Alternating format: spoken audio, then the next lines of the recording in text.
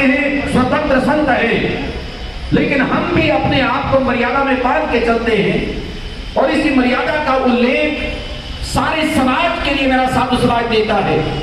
लेकिन इस समय जो मुख्य चर्चा है उसको लेकर के केवल अब 1.5 मिनट मेरा बाकी है, उसमें कहना चाहता हूं, क्योंकि ये कलयुग है, कलयुग का समय हमारे सामने है और कलयुग में सबसे बड़ी ताकत अगर कहीं कही गई है तो संगठन की कही गई है, संघ की कही गई है, एकता की कही गई है, उसमें सबसे बड़ी ताकत है।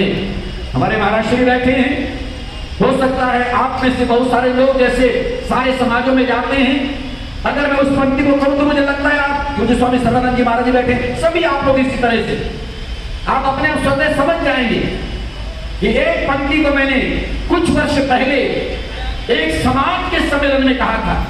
हमारे हरियाणा प्रदेश के माननीय मुख्यमंत्री वो भी मौजूद थे, हालांकि कल भी मैं इसी तरह के कार्यक्रम में था। हमारे उपराष्ट्रपति धनखड़ जी भी कल पहुंचे थे हिसार में, माननीय मुख्यमंत्री जी भी थे।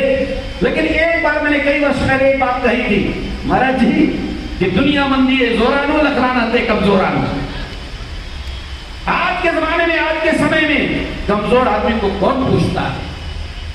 अगर कहीं कहीं किसी के चलती है तो वो अपनी ताकत जो है इंसान की वो काम करती है, अपनी शक्ति को बढ़ाना होता है, ताकत को बढ़ाना होता है। जहां तक मैं भारत की बात करता हूं, स्वामी धर्मदेव आपके सामने दुनिया के देशों में भी जाना होता रहता है। भारत देश हमारा है, हमको हमारी जान से प्यारा है, लेकिन हाँ इस बात का उल्लेख करना चाहता हूं, मेरे भारत का गौरव अगर पूरी दुनिया में है। हमारे शुभेंदु जी बैठे हैं, आप भी कई कार्यक्रमों में देश विदेश में मुझे सुनते रहते हैं। भारत का गौरव अगर पूरी दुनिया में है तो मेरे भारत के संतों की वजह से है। मेरा भारत ये संतों का देश, महापुरुषों का देश। और पीछे जब कोई ऐसा अवसर आया, अभी उसका उल्लेख महाराज जी कर रहे थे, क्या जरूरत हो सकती है, क्या किसी की हिम्मत हो सकती है। मैंने इस तारीफ को आड़े हाथों लेते हुए कहा था, मैंने कहा तुम लोगों की जरूरत, ये दुस्साहस कैसे हो गया? तुमने हमारे सनातन धर्म को डेंगू और मलेरिया कह दिया।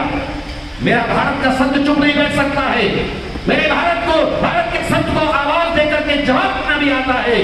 मेरे भारत के संत चाहे वो ध्वनि लेकर के, क्योंकि मैं मानता हूं इस बात को कि आज के वर्तमान समय में शायद हमें कई बार लोग कह देते हैं कि दिल्ली जैसी नगरी में, राजधानी शहरों में हमारे संत लोग क्यों भ्रमण करते हैं?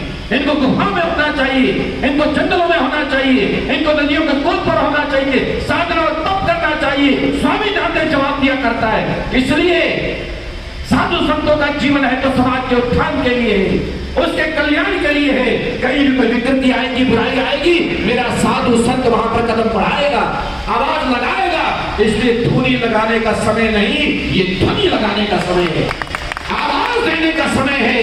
कुछ काम करते हैं हमारे महापुरुष, राम का नाम लेते हैं, राम हृदय में रहता है। मेरे परमात्मा की छवि हमेशा मन में, हृदय में, जीवन में, रोम रोम में रहती है। लेकिन इनका जीवन समाज और राष्ट्र के उत्थान और प्राणी मात्र के कल्याण के लिए समर्पित। ऐसी ही और वीडियो को देखने के लिए चैनल को सब्सक्राइब कीजिए, वीडियो को लाइक कीजिए, कमेंट कीजिए और शेयर कीजिए।